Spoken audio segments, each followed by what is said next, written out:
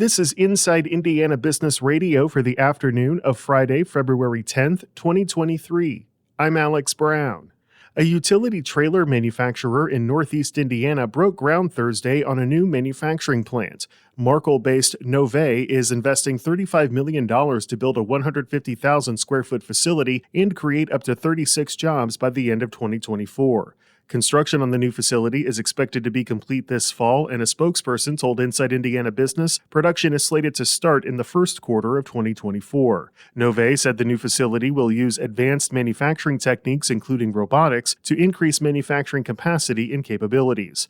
The new plant will be Nove's third in Markle and seventh in Indiana. The company has more than 20 locations across 8 states.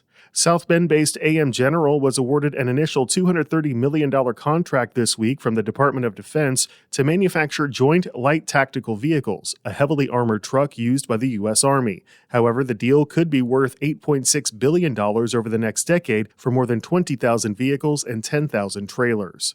Elkhart-based Patrick Industries is reporting full-year net income of $328 million, up from $225 million in 2021.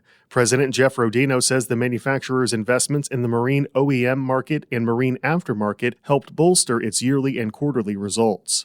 From the number one source for Indiana business news, this is Inside Indiana Business Radio. Has your company grown at a rapid pace over the last 2 years? Nominations are now being accepted for Fast 25, IBJ's exclusive list of fastest growing companies in Central Indiana. Honorees will be spotlighted in a special publication in the IBJ and celebrated at an event on May 9th. Check out the changes to this year's criteria to see if your company qualifies. Learn more and submit your nomination by March 1st at ibj.com/nominations.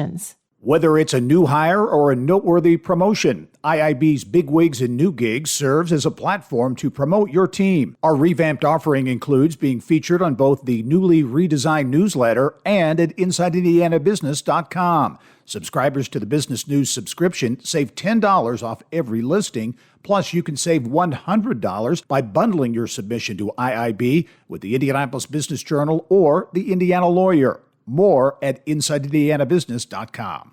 Football fans will once again be gathering to watch the big game on Sunday, and while the price of food has gone up considerably over the last year, one Super Bowl staple seems to be bucking the trend of inflation.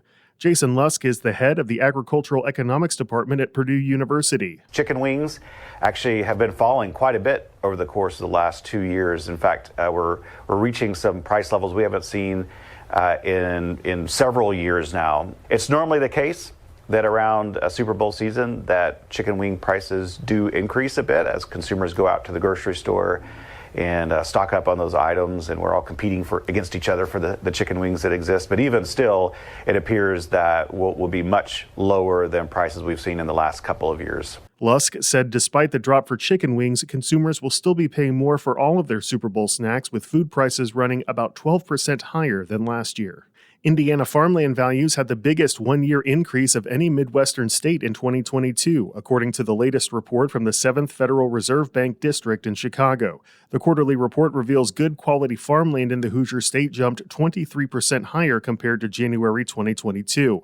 District-wide, which includes all or part of Indiana, Illinois, Iowa, Michigan, and Wisconsin, farmland values climbed 12% year over year. The Chicago Fed says this is the second largest increase in the past decade. Compared to the previous fiscal quarter, farmland values were unchanged district-wide, but up 1% in Indiana. The Indiana Next Generation Manufacturing Competitiveness Center, or INMAC, is partnering with Ivy Tech Community College Lafayette to launch an initiative creating a high school to career pathway for students in Montgomery and Boone counties.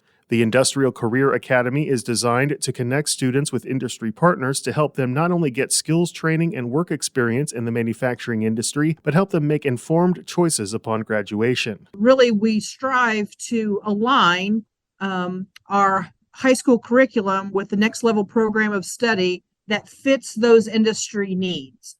So as part of that process, we do an assessment, and then we start to look at the overall collaboration and who needs to be at the table. INMAC's Lisa Deck says the 2-year program will open this fall to high school juniors and seniors in the Crawfordsville, North Montgomery, Southmont, and Western Boone school districts. The executive director of the Terre Haute Regional Airport this week announced his plans to retire.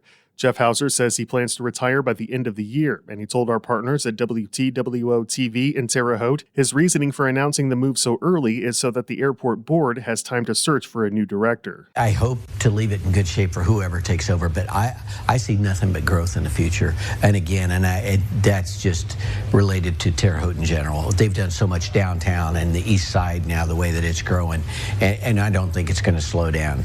So that's just only going to help the airport.